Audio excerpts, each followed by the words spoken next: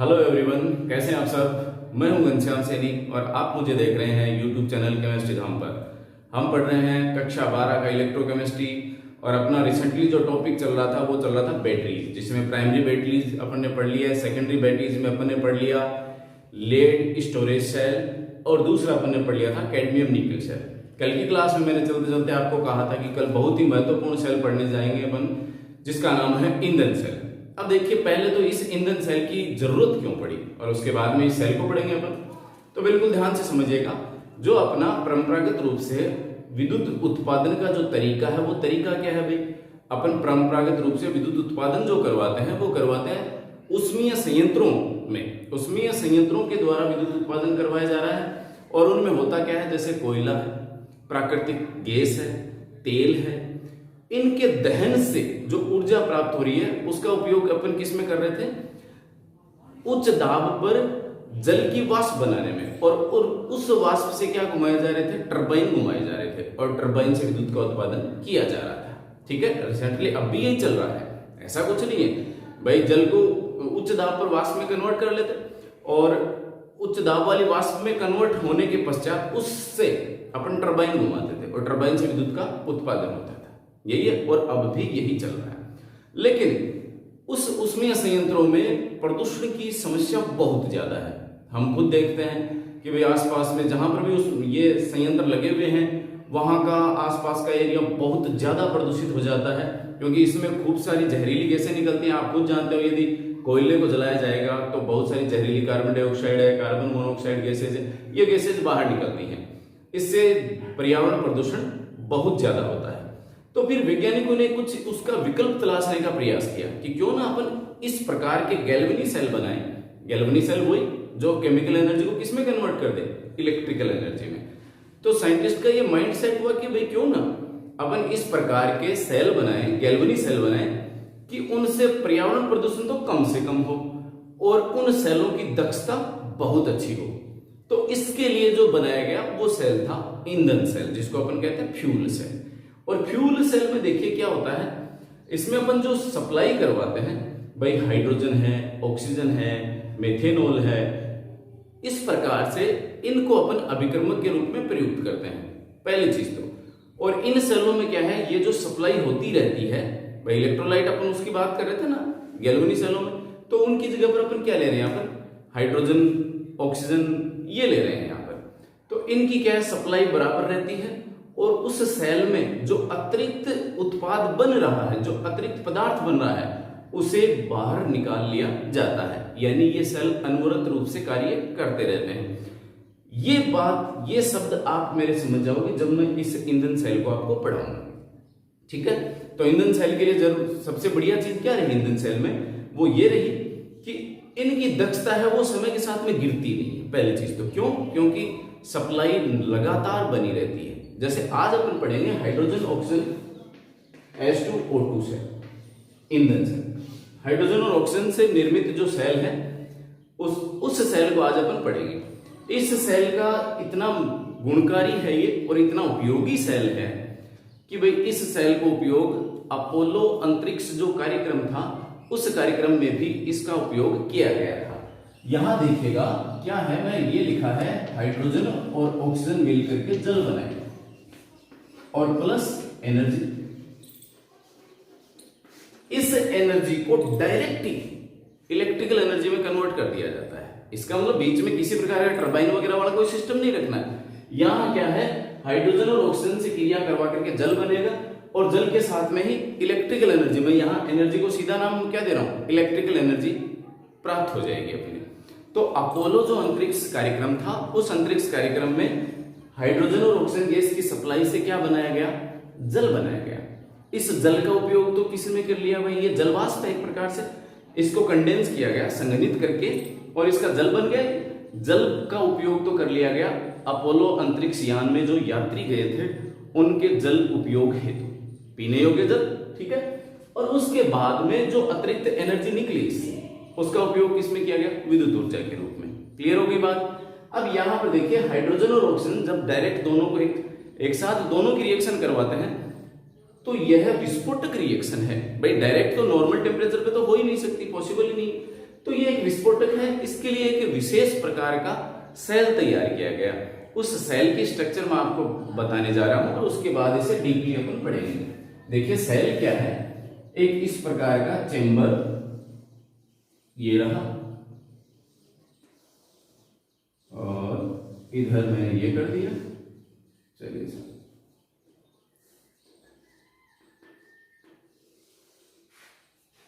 Clear है बात?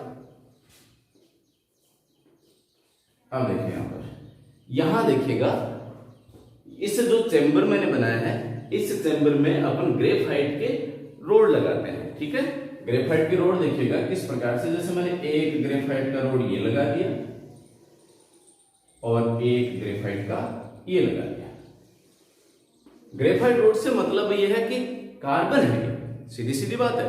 अब ये कार्बन है, ये कार्बन कैसा है, पोरस कार्बन है, यानी छिद्र है इसमें। ठीक है, तो मैं इसको लिख दूं पोरस ग्रेफाइट। ग्रेफाइट का मतलब कार्बन ही है, कार्बन का अपर रूप होता है ना ग्रेफाइट। तो पोरस, ये छिद्रित प्लेटें हैं ग्रेफाइट की दो, और इसके बीच में जो यहां पर है, यहां पर दिया गया है बेसिक मीडियम क्षार। जैसे मैं NaOH की बात करूं, NaOH भर दिया अपन ने इसके बीच में। एक साइड से अपन प्रवाहित करवाते हैं H2 गैस, और इस साइड से अपन इसमें प्रवाहित करवाएंगे O2 गैस।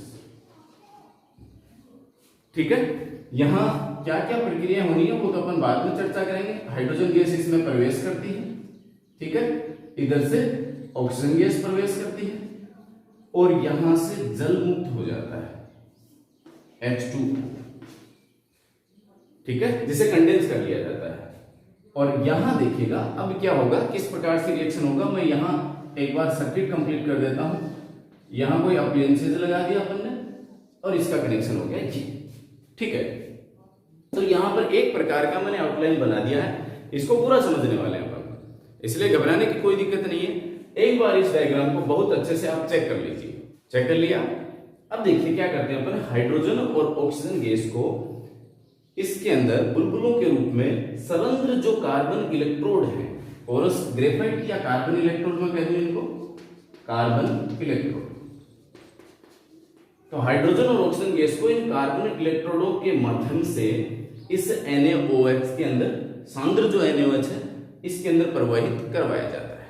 ठीक है, चलिए, और अभिक्रिया अपनी क्या रहनी है, अभिक्रिया ये रहनी है, हाइड्रोजन ऑक्सीजन से रिएक्शन करके जल बनाएगा और एनर्जी रिलीज होगी। इसे मैं संतुलित कर देता हूं। ठीक है भाई, ये हो गया अपना संतुलित। रिएक्शन अल्टीमेट जो रिएक्शन आएगी वो अपने पास ये आएगी। अब आपको इसमें देखना है कि एनोड कौन है और कैथोड कौन है। तो यहां पता लगा लो भाई, यहां हाइड्रोजन के ऊपर 0, यहां हाइड्रोजन के ऊपर 0 ऑक्सीकरण हो गया, इस हाइड्रोजन पर +1 और इस पर -2, यही है ना। इसका मतलब हाइड्रोजन 0 से किस में गया, +1 में। क्या हुआ, हाइड्रोजन का ऑक्सीडेशन। इसका मतलब किसकी तरह काम करेगा, एनोड की तरह काम करेगा, इलेक्ट्रॉन रिलीज करेगा। क्लियर है बात? ऑक्सीजन 0 से किस में आएगा, -2 में, मतलब इलेक्ट्रॉन ग्रहण करेगा, ऑक्सीकरण में कमी आई है ना। तो यहां पहले अपन रिएक्शन देख लेते हैं, एनोड पर क्या होना है। तो एनोड पे होगा ऑक्सीडेशन, और ऑक्सीडेशन किसका होगा भाई, यहां पर होगा ऑक्सीडेशन H2 का। ठीक है, हाइड्रोजन जो है, अब देखिए बिल्कुल सिंपल जो मैं समझा रहा हूं आपको, केवल उतना समझने का प्रयास कीजिए। आपको क्या याद रखना है, ऑक्सीडेशन में H2 किस में बदलता है, H2O में, बस ये ध्यान रखना है। क्यों, देखिए यहां पर ये 0 से किस में चला, ये 0 ऑक्सीकरण से किस में आया, +1 में आया ना, इसलिए तो ऑक्सीकरण हुआ। तो मैंने यहां लिखा H2 किस में कन्वर्ट हो गया भाई, H2O। चलिए, क्लियर है बात? अब इसको करते हैं अपन संतुलित। तो संतुलन का तरीका मैंने आपको बता रखा है। क्या बता रखा है भाई, मैंने ये कहा कि मीडियम कैसा है, यहां पर मीडियम बेसिक है, क्षारीय माध्यम है, और क्षारीय माध्यम में अपने को क्या करना होता है, क्षारीय माध्यम में अपन करते हैं हाइड्रोजन और ऑक्सीजन के अलावा जो है पहले उसको संतुलित करो, है ही नहीं कोई, हाइड्रोजन और ऑक्सीजन ही है। अब दूसरा किसको संतुलित करोगे, ऑक्सीजन को। जिधर जितने ऑक्सीजन कम है उसके दुगुने OH आयन लगाते हैं। वेरी गुड, यहां एक ऑक्सीजन है, इधर कुछ नहीं है, तो इधर कितने OH आयन लगाएंगे, दुगुने। यानी 2OH नेगेटिव आयन लगा दिया। क्लियर हो गई बात? मैं बता रहा हूं, मैं क्या कहता हूं आपको, एक भी रिएक्शन को रटने का तरीका नहीं याद करना आपको, आप केवल समझिए इसको। क्या कहा मैंने? ऑक्सीजन जिधर जितने कम है उसके दुगुने OH आयन लगा दीजिए। लगा दिया मैंने। बेसिक मीडियम है ना, क्षारीय माध्यम में तो अपन डबल लगाते हैं। अब किसको संतुलित करना है? जल, हाइड्रोजन को संतुलित करना है। तो हाइड्रोजन का संतुलन इससे होगा, जितने OH आपने लगाए हैं उसके आधे H2O दूसरी तरफ जोड़ दीजिए। इधर OH आयन कितने हैं? 2 हैं, तो इसके आधे मतलब 1 H2O। 1 H2O तो ये है ही, एक और लगा दो, ये लो साहब 2 H2O हो गए। क्लियर है बात? समझ गए ना? चलो, नहीं समझे तो पीछे आओ, थोड़ा सा स्क्रॉल करो और वापस देखो वीडियो। अब हाइड्रोजन संतुलित देखिए, 2 रे 2 और 2 4, यहां पर भी हाइड्रोजन 4, ऑक्सीजन कितने? 2 2। क्या बच गया भाई? आवेश बच गया। इधर कितने माइनस के हैं? 2। तो इलेक्ट्रॉन रिलीज करता है ना ये, तो ये 2 इलेक्ट्रॉन रिलीज कर दिया इसने। क्लियर? ये एनोड की अभिक्रिया होगी। अब देखो, अब इस सेल पे आओ, हाइड्रोजन गैस इसके अंदर प्रवाहित हुई, इन कार्बन इलेक्ट्रोड के माध्यम से किसके अंदर घुसी? ये घुस गई है इस NaOH के मीडियम में। तो हाइड्रोजन NaOH, ये OH कौन सा है? वो NaOH वाला है, उससे क्रिया करके क्या बनाता है? जल बनाता है। तो इसके अंदर क्या बन गया भाई? H2O बन गया है और 2 इलेक्ट्रॉन मुक्त हो गए।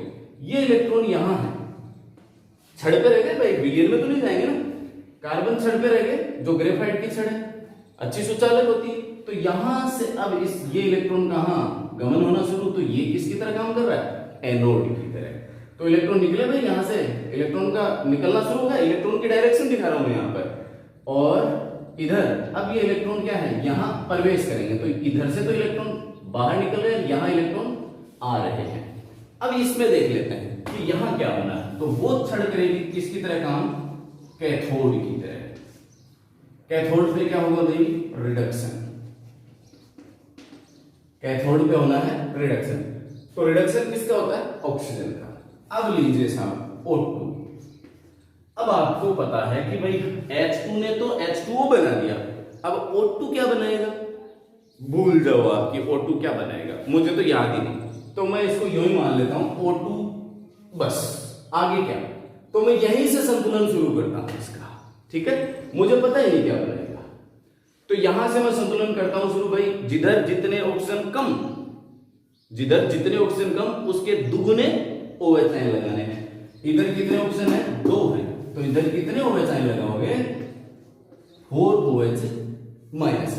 क्लियर है बात? समझ गए? जिधर जितने ऑक्सीजन कम उसके दुगुने OH आयन लगा दिए। अब हाइड्रोजन संतुलन के लिए जितने OH आयन लगाए हैं उसके आधे क्या? कितने उसके आधे? उसके आधे हो गए कितने? इधर 4 हैं, तो कितने हो गए? 2H2O। क्लियर बात नहीं? नहीं है कोई समस्या? चलिए अब बात कर लेते हैं अपन किसकी। अब हाइड्रोजन देखिए 4 है, ऑक्सीजन 4 है, 2 ये ऑक्सीजन 4 है। आवेश संतुलन की बात करते हैं। इधर कितने माइनस के? 4, इधर कुछ नहीं है, तो क्या करें? 4 इलेक्ट्रॉन जोड़ देते हैं। इसका मतलब अब क्या होगा इस रिएक्शन से? देखिए, इधर आपने ऑक्सीजन गैस पास करवाई, ऑक्सीजन गैस इसके पोरस छिद्रों के द्वारा अंदर प्रवेश किया। ऑक्सीजन अंदर प्रवेश करेगी तो उसे क्या मिल गया? जल। कौन सा जल है? जो एनोड से बना था। जल ग्रहण कर लिया और इलेक्ट्रॉन आ ही रहे हैं, इलेक्ट्रॉन ग्रहण कर लिए और क्या बना देगी? वापस जो OH था पीछे वाला, उस OH को किसमें बदल गया था? वो जल में, H2O में, और H2O वापस किसमें बदल गया? OH में। इसका मतलब बीच में जो NaOH है उसे बार बार बदलने की जरूरत नहीं है। क्यों? क्योंकि OH है, OH एनोड से तो किसमें बदल रहा है? H2O में। और कैथोड पे क्या है? H2O वापस OH में बदल रहा है। इसका मतलब OH H2O में बदलेगा, फिर H2O वापस OH में बदल जाएगा। तो NaOH की तो कोई हानि नहीं हो रही, नहीं बदलना पड़ेगा ना अपने को NaOH। इस अभिक्रिया को आपने समझ लिया होगा, ये कैथोड की अभिक्रिया है। क्लियर हो गई बात? अब आप इसको पढ़ने लायक हो गए। यहां क्या रहा? हाइड्रोजन गैस प्रवाहित हुई, इलेक्ट्रॉन त्याग किए, ये इलेक्ट्रॉन इस सर्किट के माध्यम से बाहर की तरफ निकले, यहां पर अंदर प्रवेश हुए और साथ यहां इलेक्ट्रॉन त्यागे और इलेक्ट्रॉन के साथ साथ क्या बना? जल। NaOH जो NaOH विलयन था उसमें जल बन गया। इधर ऑक्सीजन आई उसने इलेक्ट्रॉन ग्रहण किए और जल ग्रहण किया और वापस किस में बदल दिया इसको, OH में बदल दिया, OH नेगेटिव में वापस बदल दिया। क्लियर हो गई बात। तो जब तक ये हाइड्रोजन और ऑक्सीजन की सप्लाई होती रहेगी तब तक ये अभिक्रिया चलती रहेगी। क्लियर हो गई बात, ठीक है। अब देखिएगा यहां जितने H2O आते हैं, फिर ये आप कहोगे भाई H2O बना कहां, H2O तो फिर काम में आ गया, एक बार तो H2O बन रहा है, दूसरी बार अपन ने खत्म कर दिया। नहीं, काम में तो आता है लेकिन सारा H2O काम में नहीं आता। देखें कैसे, इसे कंप्लीट रिएक्शन से अपन चेक करेंगे। एनोड और कैथोड की अभिक्रिया लिख दी मैंने भाई। अब दोनों अभिक्रियाओं को एक साथ लिखना है, संपूर्ण सेल अभिक्रिया लिखनी है। इसके लिए क्या करें, दोनों के इलेक्ट्रॉन बराबर होने चाहिए। इलेक्ट्रॉन बराबर करने के लिए एनोड में 2 इलेक्ट्रॉन है, कैथोड में कितने हैं, 4 है, तो इसे 2 से मल्टीप्लाई कर देते हैं। तो 2 से मल्टीप्लाई करो भाई, 2H2 प्लस 4OH माइनस 4, फिर इसको भी 2 से मल्टीप्लाई, 4H2O प्लस 4 इलेक्ट्रॉन, ये हो गया भाई। अब इन दोनों, ये एनोड की रिएक्शन हो गई, ये कैथोड की। अब दोनों को जोड़ दो, बायां बाईं तरफ, दायां दाईं तरफ, और जो मिले सिमिलर है वो काट दो। तो इसमें 4OH 4OH, 4 इलेक्ट्रॉन 4 इलेक्ट्रॉन, ये 2H2 और यहां कितने हैं 4H2, तो कितना बचेगा 2H2। तो देखिए क्या रहा, 2H2 प्लस O2 2H2O, ये यही तो लिखा था मैंने। फाइनल रिजल्ट क्या आएगा, 2H2 प्लस O2 2H2O। इसका मतलब हाइड्रोजन और ऑक्सीजन ने क्रिया करी और जल का निर्माण कर दिया। कितने मोल बन गए, 2 मोल बन गए। क्लियर हो गई बात। तो यहां पर दो तो काम में आ गए, 2 मोल एनोड के, 2 मोल कैथोड से क्रॉस, लेकिन फिर भी जल के अणु बच जाते हैं। और वो जो जल है वह अब यहाँ क्या है, एक प्रकार का अपशिष्ट बन गया है इसके लिए, सेल के लिए। तो इसे यहां से हटाना जरूरी है, इसलिए इसको नीचे से छिद्र बनाया हुआ है, यहां से जल है वो बाहर निकल जाता है और जिसे अपन संघनित करके पीने योग्य जल के रूप में कन्वर्ट कर लेते हैं। तो ये रहा अपना ईंधन सेल। और इस ईंधन सेल की जो कैपेसिटी, जो दक्षता है, एफिशिएंसी है, वो 70% होती है। और सामान्य जो उसमें संयंत्र वाले होते हैं उनकी एफिशिएंसी होती है 40%। सामान्य जो उसमें संयंत्र हैं उनकी दक्षता 40% होती है और ईंधन सेल की कितनी, 70%। और दूसरी मजेदार चीज ये कि पहली चीज तो ये कि भाई यह जो उष्मा की सप्लाई करेगा, यानी इलेक्ट्रिक करंट जो सप्लाई करेगा, यह अनवरत रूप से चलता रहता है। कब तक, जब तक हाइड्रोजन और ऑक्सीजन गैस इसके अंदर पास होती रहती है। पहली चीज हो गई ये। दूसरी चीज, प्रदूषण का नाम ही नहीं है। प्रदूषण हुआ क्या भाई, बिल्कुल नहीं हो रहा। कोई भी गैस ऐसी है क्या कि जो बाहर निकले वायुमंडल में, गैस बनी, ठीक है, तो वह कोई गैस बाहर अतिरिक्त निकल ही नहीं रही, तो इसका मतलब पर्यावरण प्रदूषण की समस्या भी खत्म। और तीसरी चीज, जो अपशिष्ट प्राप्त हो रहा है, जिससे हो सकता था भाई H2O यदि इसके अंदर ही रह जाता तो NaOH की सांद्रता, वो NaOH की सांद्रता गिर जाती, और NaOH की सांद्रता गिरने से क्या होता, इसकी एफिशिएंसी पर फर्क पड़ता और ये सेल कुछ समय बाद में कार्य करना बंद कर देता।